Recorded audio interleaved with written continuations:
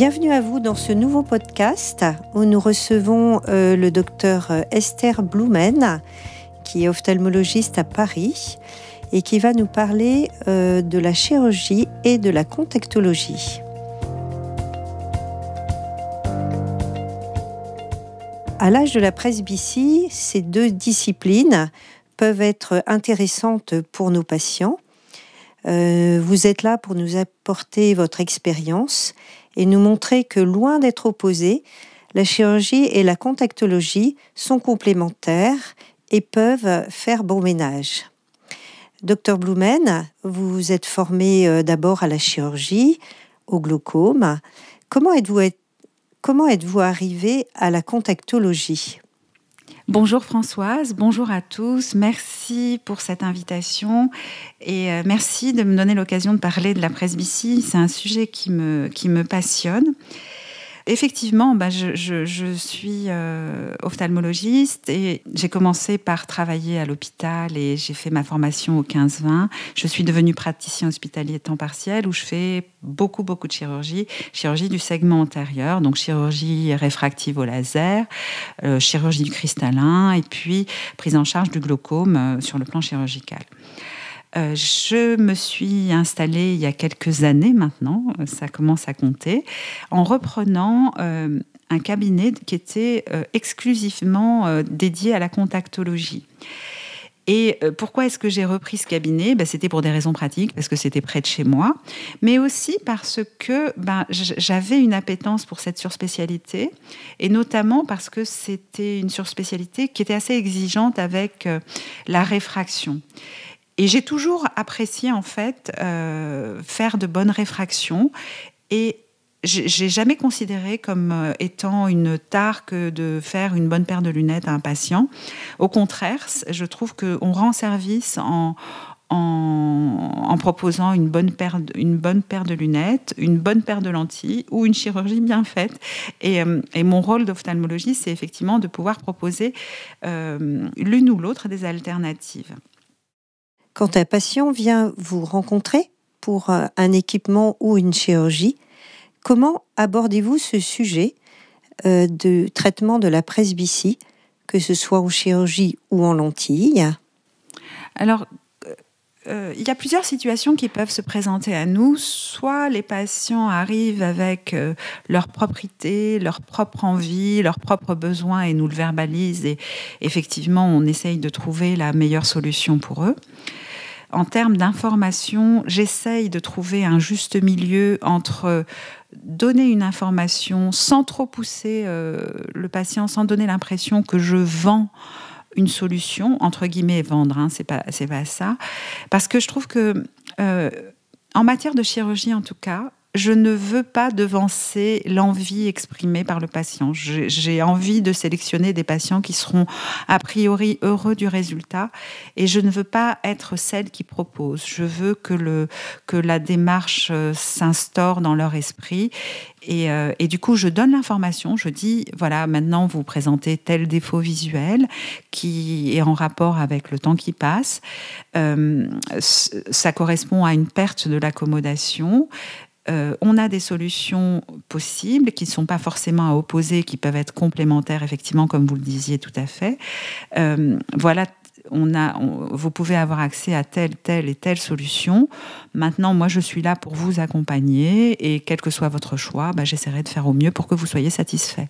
Voilà un petit peu mon approche, c'est de ne pas encourager coûte que coûte le patient à se faire opérer parce que je trouve que c'est contre-productif et que ça peut nous revenir en boomerang si le patient n'est pas content du résultat chirurgical. Il pourrait être en droit de nous reprocher de l'avoir encouragé dans telle solution. Voilà, en fait, c'est mon approche. Et c'est vrai que je ne suis pas très intrusive d'une façon générale, donc voilà.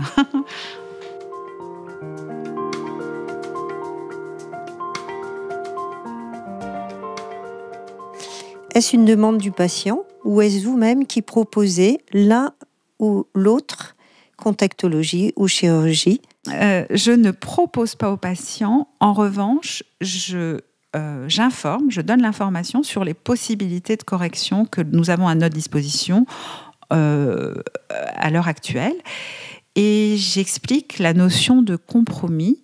Ces informations ont pour objectif déjà d'expliquer au patient ce qui se passe, de le rassurer parce que c'est un phénomène physiologique finalement, et de laisser la porte ouverte à une demande qui pourrait germer dans son esprit une fois qu'il aura compris qu'il est potentiellement candidat à un équipement en lentille de contact ou éventuellement une chirurgie.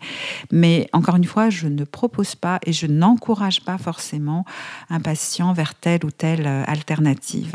Comment êtes-vous organisé à votre cabinet pour recevoir les patients? Êtes-vous en travail aidé? Est-ce vous qui proposez la lentille, le choix de la lentille, qui organisez les manipulations? Alors effectivement, en consultation, en tout cas dans mon cabinet, je travaille avec 2 orthoptistes qui sont elles-mêmes formées à la contactologie, que j'ai accompagnées aussi de mon point de vue pour leur expliquer mes différents tips en fait. Elles sont ravies, hein, d'ailleurs c'est un encouragement pour les cabinets qui travaillent comme moi avec des orthoptistes. Elles sont ravies de pouvoir gagner en compétences. C'est souvent, en tout cas jusque-là, un pan de l'ophtalmologie qui ne leur est pas enseigné dans leur cursus. Donc elles sont obligées d'être proactives par rapport à ça. Et j'avoue, je remercie là encore les laboratoires de lentilles de contact qui nous aident vraiment dans l'accompagnement dans cette formation. Et en réalité, non, c'est moi qui choisis les lentilles. J'explique aux patients la manipulation. Je travaille très souvent sous la forme de forfait d'adaptation. On fait une adaptation avec différents rendez-vous. Les différents rendez-vous sont prévus. Et il y a, dans le cadre de cette adaptation, il y a la possibilité de bloquer une demi-heure avec l'une des orthoptistes pour valider la manipulation, en fait. La manipulation est expliquée dans mon cabinet par moi-même. Je veux pas forcément déléguer tout ce qui est règles d'hygiène, etc. Et je leur remets des petits fascicules, des recommandations, la feuille d'information, etc. J'aime beaucoup donner des explications écrites. Je les encourage à regarder aussi le site internet où on a toute une section dévolue à la contactologie. Et le patient, enfin assez régulièrement, ils acceptent volontiers parce qu'ils ont quand même des petits freins à la manipulation, à approcher les doigts des yeux, etc. De passer une demi-heure avec une de mes aides en consultation, de manière à débloquer justement ces freins. Et ils apprécient beaucoup cela.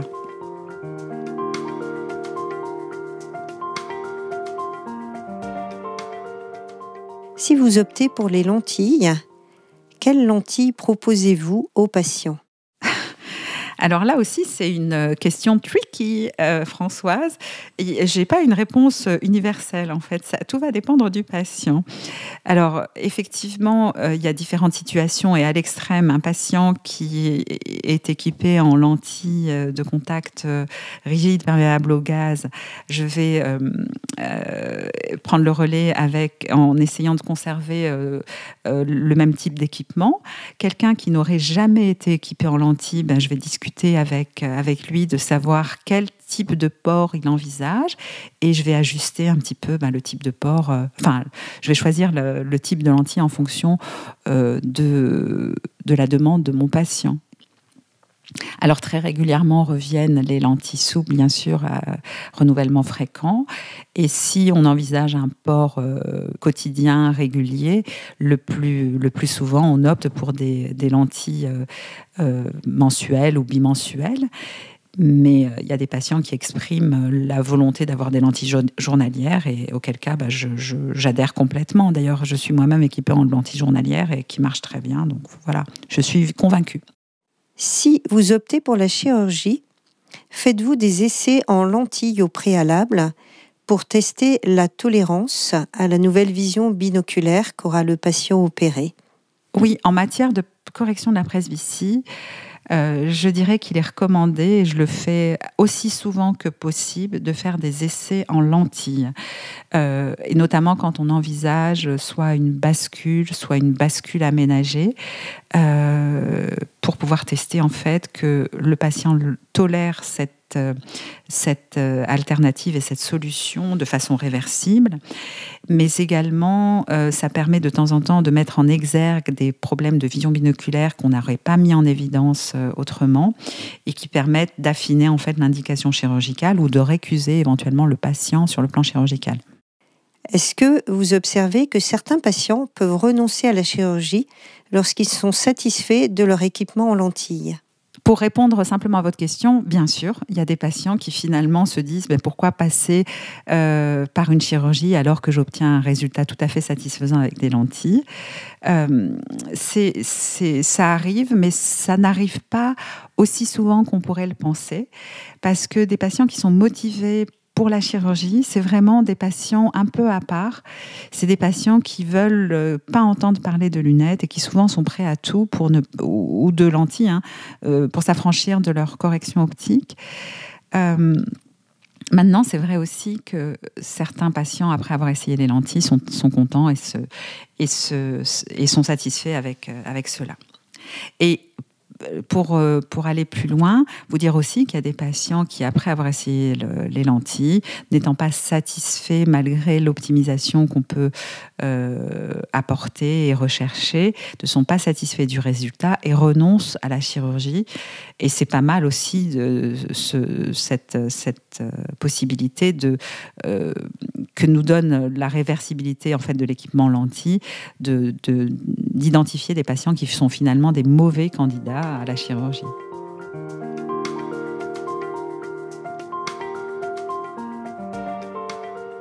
Quel conseil donneriez-vous à un jeune confrère ou à un confrère plus aguerri qui souhaite se lancer comme vous dans la chirurgie de la presbytie ? Vous voyez, en me présentant, vous avez compris que je suis très chirurgicale, j'opère beaucoup. Pourtant, je n'ai jamais renoncé, je vous dis, et j'ai beaucoup de plaisir à faire une bonne réfraction, et je pense que c'est la base. Je pense que quand on est ophtalmologiste et qu'on a fait médecine, on renonce à pas mal de connaissances qui nous ont portés pendant nos études, etc. Quand on rentre en ophtalmologie, on épouse une spécialité qui est très riche, mais finalement, on rentre dans une espèce de goulot ou d'entonnoir. Et souvent, après, on est surspécialisé, donc on rentre dans une espèce de silo. Et je pense que finalement, la presbytie requiert des compétences qui vont de la réfraction à l'examen de la surface oculaire, du cristallin, à connaître les différentes alternatives. Et c'est en soi une surspécialité. Et je pense que accompagner un patient dans une bonne réfraction, savoir proposer ou pouvoir proposer un bon équipement lentille, ça sert l'objectif chirurgical aussi. Et cette polyvalence, à mon avis, elle est déterminante et elle est absolument indispensable dans la prise en charge de la presbytie notamment.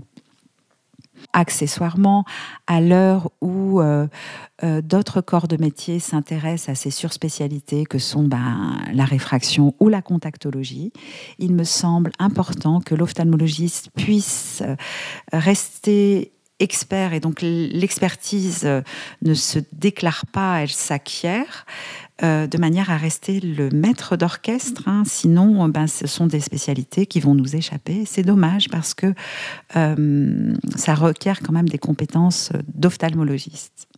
Lui conseillez-vous de se former en lentilles lui-même ou d'avoir un contactologue disponible quand l'activité chirurgicale prend trop de place ? Tout à fait, Françoise. Je partage, je sais que l'on partage toutes les deux cette conviction.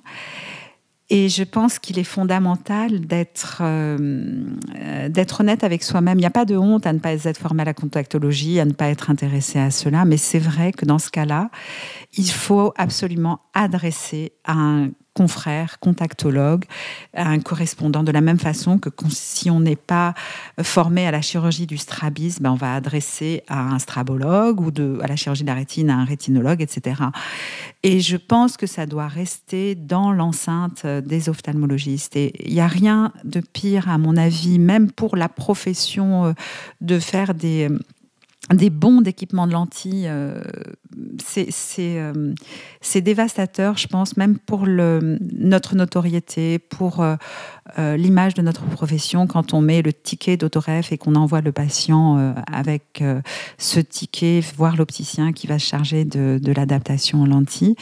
Du coup, on se décrédibilise, on perd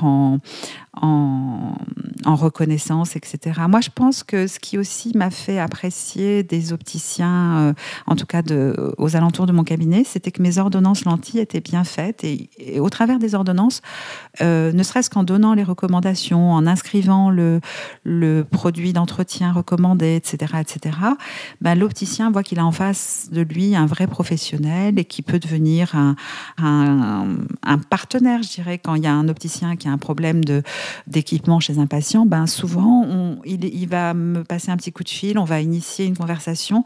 Et je trouve que c'est gagnant-gagnant. Et je pense que cette collaboration entre les différentes professions, opticiens, orthoptistes, ophtalmologistes, doit se faire en bonne intelligence. Et la première des règles pour moi, c'est de donner l'exemple. Et quand on ne sait pas, c'est d'adresser le patient.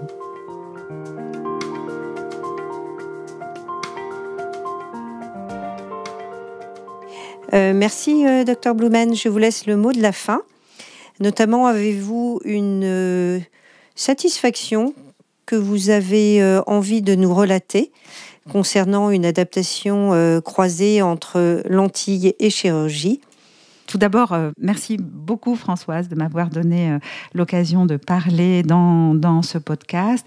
Merci de m'avoir donné l'opportunité de partager avec vous des idées, des trucs en matière de prise en charge de la presbytie. Vous raconter une petite anecdote. Vous me posiez la question de savoir s'il y avait des circonstances qui contre-indiquaient la chirurgie. Me vient à l'esprit l'histoire d'un patient glaucomateux, myope important qui a développé une cataracte et qui voulait gagner en indépendance vis-à-vis de ses lunettes.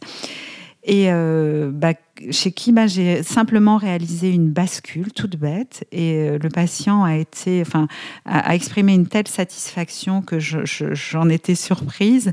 Et effectivement, le fait de gagner en indépendance, lui qui vit avec une espèce d'épée de Damoclès par le biais du fait de son glaucome, le fait qu'il gagne en indépendance vis-à-vis de ses lunettes, et c'est vrai que de temps en temps c'est spectaculaire, il avait une myopie de -7 à peu près, de passer à une quasi-hémétropie sur l'œil directeur et une petite bascule de -2 sur l'œil dirigé, il était vraiment très très content. Voilà, Et c'est vrai que quand on aide les patients à gagner en indépendance vis-à-vis de leur correction optique, ils sont généralement effectivement très très satisfaits. Ça peut être assez spectaculaire. Je pense également à une patiente hôtesse de l'air qui avait été opérée, elle aussi, qui avait développé une cataracte sous-capsulaire postérieure assez précoce et qui était motivée par une implantation multifocale. Et je crois que j'ai vu toute son équipe de travail, Elle m'a envoyé tous les patients qu'elle pouvait m'envoyer tellement elle était contente. Et puis du coup, c'est une espèce de traitement antidépresseur entre guillemets pour nous. C'est valorisant, je trouve, d'avoir un retour positif de ces patients. Alors je vous dis pas que c'est toujours facile et qu'il n'y a pas d'échec. Il y a des patients qui renoncent à un équipement lentille parce que finalement ils n'arrivent pas à accepter cette notion de compromis. Mais globalement, quand on s'en donne les moyens, quand on explique les limites, quand on explique les tenants et les aboutissants, les patients ne sont pas surpris et sont globalement très satisfaits. Et puis pour le mot de la fin, vous voyez, de temps en temps, je suis amenée à prendre en charge des patients qui ont un glaucome grave, qu'on doit opérer, et des fois c'est des chirurgies ultra compliquées. J'ai vraiment le sentiment de rendre service aux patients parce qu'on essaye de préserver leur vue le plus longtemps possible, et c'est très bien.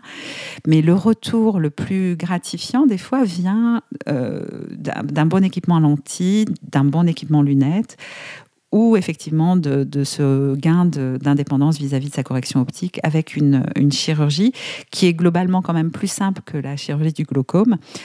Mais voilà. Donc la notion, le retour patient est extrêmement gratifiant et valorisant quand on s'occupe que ce soit de lentilles de contact ou de chirurgie de la réfraction, mais également en prescrivant une bonne paire de lunettes. Nous vous laissons conclure pour tous les conseils que vous pourriez donner auprès de nos confrères qui souhaitent se former. Alors, les conseils que je pourrais donner à nos confrères concernant la formation, que ce soit en contactologie déjà. Alors, il y a un DU, je fais un petit peu de pub, hein. Il y a un diplôme d'université qui est très bien fait et que j'ai fait très tôt, moi, dans ma formation et qui m'a beaucoup apporté. Et ça dépasse même les compétences en contactologie parce qu'on évoque effectivement les problèmes de réfraction, de physiologie, d'optique, de surface oculaire. Donc ce DU est super, c'est un de ceux que j'ai préférés. Et par ailleurs, il y a plein de formations, que ce soit au sein des congrès à l'heure actuelle, mais vous avez aussi des plateaux techniques avec des formations à distance. Vous vous connectez le soir dans votre lit au chaud quand il fait froid, ça peut être super sympa. Les laboratoires de lentilles de contact sont vraiment très investis dans la formation et je vous recommande de ne pas hésiter à vous mettre en contact avec eux parce qu'ils sont une ressource précieuse aussi pour nous en matière d'aide technique, de compétences. Voilà, il suffit de le vouloir parce que vraiment, on peut se baisser et prendre plein de formations. Il y en a plein. Pour la chirurgie, le compagnonnage alors évidemment, il y a plein de formations aussi sur le plan chirurgical, que ce soit au sein des congrès, que ce soit par le biais de la presse médicale. Mais en matière de chirurgie réfractive, moi, ce qui m'a beaucoup aidée, c'est d'être accompagnée quand j'étais plus jeune. Et j'ai beaucoup de plaisir à accompagner mes internes à l'heure actuelle, à les voir progresser sur les différentes techniques. Donc, ne pas hésiter, là aussi, à se prendre par la main et à se mettre en contact avec les uns et les autres. C'est ce qui fait aussi la richesse de notre métier, hein, c'est les relations que l'on crée avec nos confrères et toutes les personnes qui nous aident dans la pratique quotidienne. À propos de la formation, il y a aussi parmi les congrès, parmi les sociétés savantes, il y a une société savante à laquelle je vous invite à adhérer, c'est la Société française des ophtalmologistes adaptateurs de lentilles de contact, la SFOALC, qui a des antennes dans différentes régions françaises et qui est là aussi une source d'information très très importante. Il y a un rapport qui est écrit de grande qualité. Le rapport, à chaque fois, moi je suis impressionnée par le travail qui est fourni et qui paraît une année sur deux. Il y a un congrès tous les ans au moment de la SFO et puis il y a des réunions régionales qui se font à peu près une fois tous les 2 ou 3 mois. Et sincèrement, c'est aussi là l'occasion de rencontrer des collègues, de discuter, de partager des expériences, mais aussi de gagner en compétences parce qu'il y a des sujets qui sont traités, qu'on n'a pas forcément appris. Donc, c'est très intéressant. Voilà. Merci beaucoup, Françoise. Merci à tous d'avoir écouté. Merci beaucoup pour votre partage d'expériences extrêmement précieux et précis. Nous vous remercions infiniment d'avoir été présente à ce podcast. Et chers auditeurs, nous espérons que vous puissiez, comme le docteur Blumen nous le conseille, avoir une activité double de ces deux disciplines, chirurgicale et contactologique, qui, comme nous l'avons vu, sont extrêmement complémentaires. Nous vous donnons rendez-vous pour un prochain podcast dans les prochaines semaines. Vous êtes un particulier ? Parlez-en à votre ophtalmologiste et retrouvez notre gamme de produits adaptés à votre vue sur notre site internet menicon.fr. Vous êtes un professionnel, retrouvez-nous sur notre site internet campusmenicon.fr. Le Campus Menicon, c'est plus de 80 formations en ligne et des accompagnements techniques personnalisés adaptés à vos besoins.